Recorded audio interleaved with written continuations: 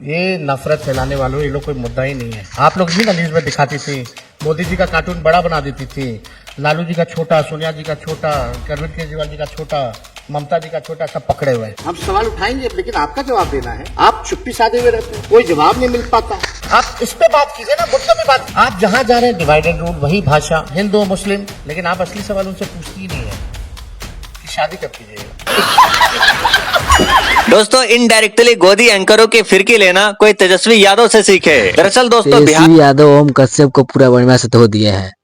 चलिए आगे देखते हैं कैसा वीडियो है। बहुत ही शानदार वीडियो है तेजस्वी यादव। लेकिन एक बात आपसे कमेंट में बताइए, अगला मुख्यमंत्री नीतीश कुमार या तेजस्वी यादव हैं? 18-24 पुल गिरी, जो बन रही है वो भी गिर रही है, जो नहीं बनी है वो भी, जिसका उद्घाटन अगले दिन करना है वो भी गिर रही है। बांध में छेद हो जाता है तो बोलता चूहा खा गया। भाजपा के लोगों को पहले 60 रुपया पेट्रोल डीजल था तो टाइम लगती थी, अब 100 रुपया पार हो गया। गैस 400 था, अब 1200 हो गया, तो अब महंगाई डाइन नहीं महबूबा नजर आने लगी। गजब हाल है हमारे देश का। मस्जिदों के अंदर मंदिर खोदा जा रहा है, ढूंढा जा रहा है। अब विदेश में जो है मिनरल्स ढूंढ रहे हैं। इतना ही नहीं दोस्तों, बल्कि तेजस्वी यादव ने भाजपा और पलटू राम नीतीश चचा के कामों को लेकर भी खूब जलील किया है, जिसे देखकर आपको मजा ही आ जाएगा। वीडियो का अंत पार्ट आप बिल्कुल भी मिस मत कीजिएगा, क्योंकि अंत में अंजना ओम कश्यप को तेजस्वी यादव ने बहुत ही जबरदस्त तरीके से रिप्लाई किया है। वीडियो देखते हुए कमेंट सेक्शन में इस सवाल का जवाब जरूर दें, बिहार का अगला मुख्यमंत्री किसे बनना चाहिए, तेजस्वी यादव या फिर नीतीश कुमार को? पिक्चर चालू करो बे। बिहार की कैसी तैयारी है, और गठबंधन के साथ ही अब आपके पास बची है बस कांग्रेस। तो किस तरह से आप इस चुनाव को देख रहे हैं? क्या एलजेपीआर का भी बीजेपी और नीतीश बाबू के साथ रहना बड़ा गेम चेंजर होगा? देखिए, हम लोगों की तो तैयारी है ही, लेकिन बिहार की जनता जो है उनकी तैयारी और दुरुस्त है। ये हुई ना बात। आपको पता है बिहार के माननीय मुख्यमंत्री श्री नीतीश कुमार जी है। नीतीश कुमार जी का नाम का जो मतलब होता है नीतीश, नीति के ईश, यानी नीति के परमात्मा कह ले, आप देवता कह ले। तो क्या आप सब लोग समझ सकते हैं क्या वो नीति के देवता है? इसको समझने में देर लगेगी। आप देखिएगा कि बार बार जो है हमारे मुख्यमंत्री पलटी मारते रहते हैं और बार बार ये कहते हैं, जब भी नरेंद्र मोदी जी जाएंगे या जब भी कोई कार्यक्रम करेंगे तो बोलते हैं हमारे चाचा कि आप गलती नहीं करेंगे, बिल्कुल रिस्क नहीं लेने का। बार बार कहते हैं। एक बार कोई गलती कर सकता है, 2 बार कोई गलती कर सकता है, 3 बार कोई गलती कर सकता है, लेकिन बार बार अगर कोई गलती करे तो आप समझ जाइए कि वो मस्ती कर रहा है और उसको कोई मतलब नहीं है अपने हेलो। ये सच्चाई है, आपके पास ऑन रिकॉर्ड है। आपने तो नीतीश बाबू को करीब से देखा है, ये बिहार के सभी लोग समझ ना पाएंगे। ये जो पहेली है नीतीश कुमार नाम का, इसको थोड़ा सा डिकोड कर दीजिए हम लोगों के लिए। क्योंकि अभी से एनडीए ने फिर से कह दिया है कि सीएम फेस वही होंगे चुनाव में। महाराष्ट्र में शिंदे साहब नहीं बने, देवेंद्र फडणवीस बने, लेकिन आज यहाँ पर चिराग पासवान भी थे। उन्होंने कहा कि हम तीनों साथ लड़ रहे हैं और 25 में वो ही शपथ लेंगे फिर से सीएम का, नीतीश कुमार। अब क्या है उनमें, बताता हूँ। देखिए, अब ये उनका गठबंधन है, वो क्या निर्णय लेते हैं नहीं लेते हैं ये उनका काम है। हमको अपना क्या काम करना है, हम अपने मुद्दों पे लड़ाई लड़ेंगे। लेकिन काम के बारे में अगर हम बात करें बिहार के, बोला जाता है कि नीतीश कुमार जी ने बड़ा रोड बनवाया, ये किया है, लेकिन मेरा मानना है कि बिहार में इंफ्रास्ट्रक्चर का फ्रैक्चर हो चुका है। कितने पुल गिरे लाइन से? 17-18, एक महीने में 18-24 पुल गिर गई।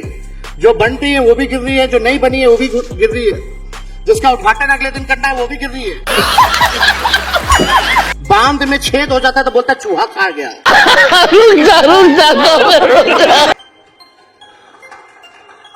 इस तरह के इश्यूज आ रहे हैं, आपने भी देखा।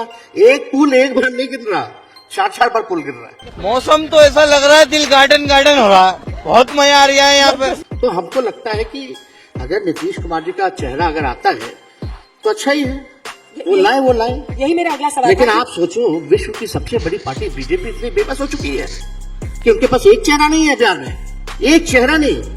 और बीजेपी बिहार में आज तक अपने बलबूते सरकार नहीं बना पाई। That's a failure of BJP. अरे बाप रे, ये तो धोती खोल रहा है। पीएम साहब कहते थे नीतीश कुमार जी के डीएनए को लेकर सवाल उठाते थे। अमित शाह कहते थे आप कभी नहीं लेंगे नीतीश बाबू, दरवाजा इज क्लोज्ड। आज उनको लेना पड़ रहा है। आप क्रोनोलॉजी समझ लीजिए। तो आप बताओ कि बीजेपी के लोगों से ये पूछना चाहिए, और हम तो चाहेंगे कि कोई नेता आए तो जरूर इस बारे में जो है आप लोग जो है चर्चा करें। और हमारे चाचा तो आजकल किसी का भी पैर छू दे रहे, पहले थाली खींचते थे, अब पैर छू रहे, तो इस पे तो आपको सवाल पूछना ही नहीं है। आपकी तेजस्वी जी एक छवि युवा बिहारी वाली भी है, तो युवाओं की आपने बात भी की, लेकिन आप नीतीश बाबू को बहुत करीब से समझते हैं। मुझे तो आपका वो भाषण याद है जब वो पहली बार, मतलब इस बार जब वो अलग हुए, तो आपने कहा कि सब कुछ ठीक तो चल रहा था, हम लोग बात तो कर ही रहे थे आपस में क्या हुआ, लेकिन 2013 बीजेपी के साथ जाते हैं, 14 सीपीआई के साथ, 17 बीजेपी के साथ, उसके बीच 15 में वो आरजेडी आपके साथ, फिर 2022 में आरजेडी के साथ, 2017 में फिर बीजेपी के साथ, हाँ 15 के बाद 17 में बीजेपी के पास आए, फिर 22 में आपके पास, फिर 24 और अभी यही कह रहे हैं कि अब जो है हम गलती नहीं करेंगे। झूठ बोलो, बार बार झूठ बोलो। उनका रिपोर्ट कार्ड डाल दिया हम पीछे। अब मुझे ये बताइए कि अमृत उनको पिलाता कौन है? कभी आप पिलाते हैं, कभी बीजेपी पिलाती है।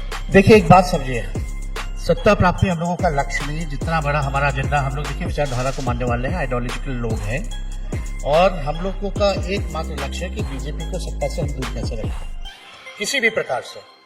और देखिए बीजेपी के साथ रहते रहते संगत का भी असर उन पर पड़ता है, हमारे साथ भी रहते उसका भी संगत का असर पड़ा, उनके साथ थे तो हिंदू मुसलमान की बातें होती थी, बात तो सही है। हमारे साथ आए तो नौकरी देने की बात करने लगी। आप देखिए ना, वही चाचा जो 20 में कहते थे, जब हम कहते थे 10 लाख नौकरी देंगे, तो वही चाचा कहते थे कहां से लाएगा पैसे, अपने बाप के पास से लाएगा, असंभव है। आज वही चाचा कहते हैं केवल नौकरी की बात करते हैं कि हम इतना बांट रहे हैं, इतना बांट रहे हैं, नौकरी बल्कि उनका एजेंडा है। तो देखिए हमारा एकमात्र लक्ष्य है कि बिहार में अमन चैन रहे, मुद्दों की बात हो, बिहार आगे हमारा तरक्की करे। बिहार गरीब राज्य है और माननीय मुख्यमंत्री जी खुद कहते रहे हैं, बल्कि हम लोगों का पुराना एजेंडा रहा है कि बिहार को विशेष राज्य का दर्जा दिया जाए। अब माननीय मुख्यमंत्री जी चुप क्यों है, जब बिहार गरीब राज्य है और now you are part of the government of India also, आप सरकार चला रहे हैं और अब आप नहीं दिला पाओगे बिहार को विशेष राज्य का दर्जा, तो आप कभी नहीं दिला सकते। आज उनके पास पावर है, आज अगर वो अपना सपोर्ट मोदी जी से ले ले तो सरकार गिर जाएगी। तो अब क्यों नहीं कर रहे हैं, अब इस पे चर्चा नहीं करते हो, अब क्या चीज पे, आप तो बोलते ही नहीं है अंजलि जी, उनको अधिकारी बोलने ही नहीं देते हैं, पूरी तरीके से हाईजैक हो रखे हमारे चाचा जी। राहुल जी के लिए पहले लालू जी कह रहे थे कि इनको दूल्हा बनाइए, हम लोग सब बाराती चलेंगे। हाँ तो बोला ही था, उस समय चाचा भी साथ बैठे हुए थे, वो भी बाराती में थे, बल्कि उन्हीं के घर से शुरुआत हुई थी। उनका तो पता नहीं कि कब बारात भी बदल जाए और दूल्हा भी बदल जाए। अब चलिए आप बोल रहे तो 100% सही बात है। हमने तो उनका पूरा रोड मैप दिखा दिया है कि कब कब वो इधर से उधर गए और उधर से इधर आए। लेकिन एक जो बड़ा विषय है, कई लोग मान रहे हैं कि अब आप लोग कांग्रेस पार्टी की आर्म ट्विस्टिंग कर रहे हैं, क्योंकि अभी तो सीट शेयरिंग होनी है और जहां जहां हरियाणा में बीजेपी से डायरेक्ट फाइट हुई, कांग्रेस हार गई, जबकि लोकसभा में आप लोगों ने एक पिच बनाया था जिस पर आप लोग बहुत अग्रेसिवली आगे बढ़ रहे थे। हरियाणा में डायरेक्ट फाइट में वो हारे, उसके बाद प्रियंका चतुर्वेदी शिवसेना सांसद कहती है कि डायरेक्ट फाइट में देखिए ये पीछे हो जाते हैं। 2024 लोकसभा के बाद हुए चुनाव में इंडिया का प्रदर्शन हम दिखा रहे हैं। हरियाणा जहां डायरेक्ट फाइट हुई, कांग्रेस की हार। महाराष्ट्र जहां पर कांग्रेस सबसे ज्यादा 101 सीटों पर लड़ी थी, महाविकास आघाड़ी की हार। Jammu Kashmir national conference lead कर रही थी, इंडिया गठबंधन की जीत हुई। झारखंड जहां जेएमएम लीड कर रही थी, वहां इंडिया गठबंधन की जीत हुई। तो आप एक और लगा दीजिए ना, 2024 का बिहार की जीत लगा दीजिए, वो तो दिखा ही रहा है, ये तो दिख ही रहा है ना। सीट शेयरिंग के लिए आम की सीट शेयरिंग बार्गेनिंग है, क्योंकि कांग्रेस यहाँ भी seat sharing is a very internal matter ना। अब आपके भी चैनल में you people will decide internally who will sit on what issues, या कौन से डिबेट में कौन कहाँ जाएगा, कौन किसका इंटरव्यू लेगा, तो that is our own thing.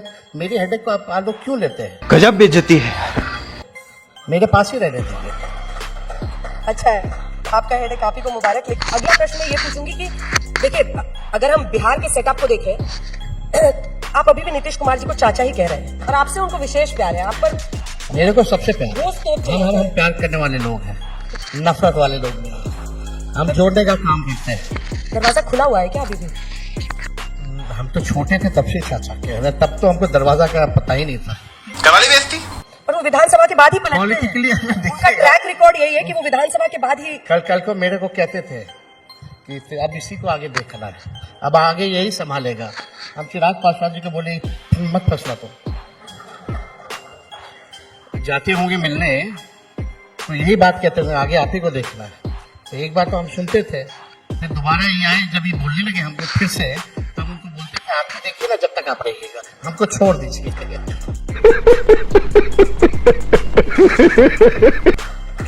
तो चिराग पासवान जी को भी सलाह है, या उनके जो नए नए जो लोग आते हैं जिनको उनको चारा फेंकना होता है, यही बात वो कहते हैं। लेकिन चिराग पासवान मजबूती से साथ खड़े हैं और वो 6% वोट को लेकर चलते हैं। कई लोग ये मान रहे हैं कि इस बार क्या वो गेम चेंजर बनेंगे बिहार में, मतलब एक तरफा चुनाव हो सकता है। लेकिन उनकी भी महत्वाकांक्षाएं छिपी नहीं है। मेरा आखिरी प्रश्न उनसे था तो उन्होंने कहा 2030 में मैं विधानसभा चुनाव लड़ूंगा। चिराग पासवान ने कहा बिहार के लिए, अब तो वो सांसद 30 में। लड़ने के लिए तो ऐसे भी लड़ सकते हो, उसमें क्या है? भाजपा वाला तो लड़ाता ही है ना। केंद्र मंत्री लोग को लड़ाया एमएलए का मध्य प्रदेश में, हर जगह हरियाणा में तो लड़ाता, लड़ जाना चाहिए, उसमें क्या है? लेकिन आप असली सवाल उनसे पूछती ही नहीं है कि शादी कब कीजिएगा। ये बड़ा सवाल है।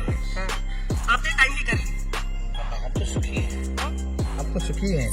तो पूरा टाइम जो है हम पॉलिटिक्स को दे रहे हैं। दिल गार्डन गार्डन हो रहा है, बहुत मजा आ रहा है यहाँ पे। अब आते हैं सर जी। नहीं। लेकिन इसी पर बीजेपी का पलट के जवाब आता है। प्रधानमंत्री का नारा है एक है तो सेफ है। वो कहते हैं, जैसे आपने खुद भी कहा, माई बाप, मतलब उसमें जाति समीकरण का नाम आपने लिया, तमाम अलग अलग जातियों का। चाहे पीडीए की बात अखिलेश यादव जी करते हैं यूपी में, वो कहते हैं कि जाति के आधार पर लोगों को बांटकर अपना वोट बैंक बनाते हैं, हिंदू एक हो जाओ। देश को सेफ रखना ये सबसे बड़ी प्रायोरिटी है। आप बताओ देश सेफ है कि नहीं? ये केवल एक पर्टिकुलर माइनॉरिटीज को देख के ये कॉम्युनलाइजेशन वाली बातें की गई। मंगलसूत्र छीन लेगा, प्रधानमंत्री आप मंगलसूत्र छीन लेंगे, ये क्या है? कैसी बातें कर रहे थे आप चुनाव में? लेकिन क्या जो भी है, आप बताओ तीनों सेना के अध्यक्ष कौन से धर्म के हैं? एयरफोर्स के, नेवी के, आर्मी के, कौन से धर्म के? आपके प्रधानमंत्री कौन से धर्म के? आपके राष्ट्रपति कौन से धर्म के?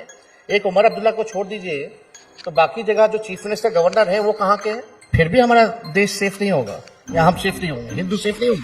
आप 11 साल राज कर रहे हैं फिर भी आप ये बात बोल रहे हैं, तो आपने किया क्या? अरे बाप रे, ये तो धोती खोल रहा है। 11 साल में क्या किया? और ऑल ऑफ सडन ये 11वें साल जहां you should be telling people, जो मालिक है जनता, you should be telling them कि हमने देश के तरक्की के लिए ये काम किया। आज रुपया कमजोर हो रहा है कि नहीं हो रहा? डॉलर के मुकाबले कमजोर हो रहा है कि नहीं हो रहा है? हमारे इकोनॉमी पे बात होनी चाहिए। मोदी जी ने कितने लोगों को नौकरी दिया ये बताओ, ये नहीं सुनना कि कितने लोगों को राशन दिया। ये A to Y Z कोई भी पद पे बैठेगा, कोई भी कर सकता है। सही बात है। लेकिन आपने नौकरी कितनी बनाई, नौकरी कितना दिया, महंगाई क्यों नहीं कम की? भाजपा के लोगों को पहले 60 रुपया पेट्रोल डीजल था तो टाइम लगती थी, अब 100 रुपया पार हो गया। गैस 400 था, अब 1200 हो गया, तो अब महंगाई टाइम नहीं महबूबा नजर आने लगी।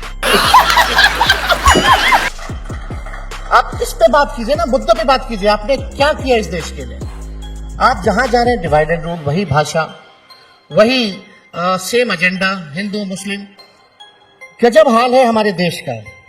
मस्जिदों के अंदर मंदिर खोदा जा रहा है, ढूंढा जा रहा है। अब विदेश में जो है मिनरल्स ढूंढ रहे हैं। कहां हम लोग लटके पड़े हैं भाई? बिहार में बाहर असल मुकाबला किससे है? मतलब असल मुकाबला किससे है? नीतीश कुमार से है कि बीजेपी से है कि बीजेपी के गिरिराज सिंह की हिंदुत्व वाली यात्रा से है? किससे मुकाबला है आपका? बताता हूँ, पहले ये देखो। देखिए, हमारा मुकाबला असल में बेरोजगारी से बा, महंगाई से बा, गरीबी से बा। और इस मुद्दे को लेकर हम चलेंगे, लोगों का साथ मिलेगा, जिस दिशा में भी हम लोग काम करेंगे। ये नफरत फैलाने वालों, ये लोग कोई मुद्दा ही नहीं है। ये तो डरे हुए हैं, तब तो एक हुए थे। आप लोग ही ना न्यूज में दिखाती थी, मोदी जी का कार्टून बड़ा बना देती थी, लालू जी का छोटा, सोनिया जी का छोटा, अरविंद केजरीवाल जी का छोटा, ममता जी का छोटा, सब पकड़े हुए हैं।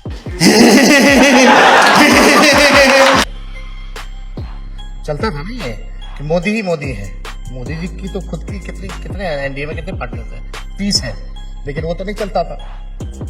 30 पार्टनर उनके पास भी है। लेकिन बिहार में आप अगर हकीकत में अगर देखें तो ये लोग तो सब एक हो रखे हैं हराने के लिए। तो इसका ये संदेश है कि हम मजबूत हैं, तभी तो वो एक हो रखे हैं। सबसे ज्यादा, सेकंड लास्ट सवाल, सबसे ज्यादा आप किस पर हमलावर होंगे? नीतीश कुमार पर? आप पूरे बिहार के चुनाव को 20 के चुनाव में आपने देखिए, नीतीश जी हमारे भाई बहनों को गिनते रहेंगे कि लालू जी के कितने बच्चे हैं। मोदी जी ने क्या क्या नहीं कहा, क्या क्या नाम नहीं दिया। हमने हाथ जोड़ा, हम बोले कि भाई मोदी जी केवल बेरोजगारी के बारे में बात करो, आप गरीबी के बारे में बात करो, आपको फुर्सत से टाइम मिलेगा, चाचा आपको भी मिलेगा हमारे भाई बहन गिनने में। तेजस्वी यादव जी, आप एजेंडा आज तक के मंच पर आए, आपने बिहार का एजेंडा सेट किया। आने वाले चुनाव में क्या आपके नतीजे हैं, उस पर नजर रखिए। बहुत बहुत ध्यान रखिए। थैंक यू गाइज, कैसी लगी और लास्ट में कमेंट करके जरूर बताइए अगले बिहार के मुख्यमंत्री कौन बनेंगे। थैंक यू, सब्सक्राइब भी कर लीजिए।